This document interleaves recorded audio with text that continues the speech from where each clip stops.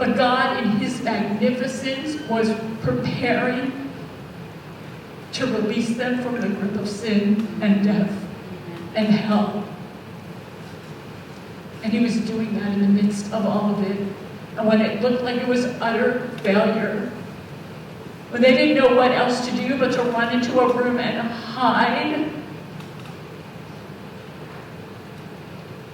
God was doing this marvelous work of salvation. God was making him who knew no sin to become sin for us, that in him we might become the righteousness of God. And it looked to every eye like Jesus had failed. Where what Jesus had done was to lay down his life. What Jesus had done was to come and seek and save the lost.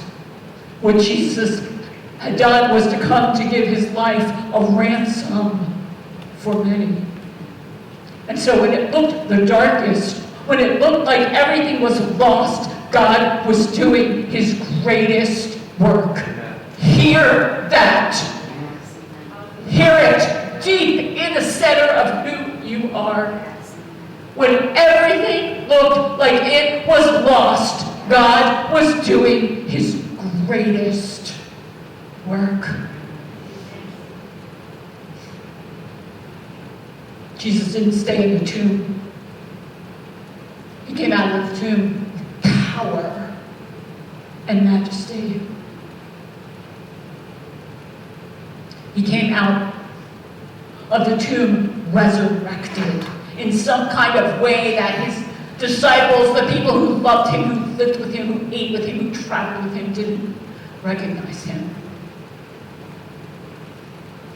But just as they were ready to hold on to him, to welcome him back, to keep him for their own, he told them that it was not the end of the story, that he didn't just rise from the dead, nailing that debt, right, to the cross, stamping it, if you will, paid in full.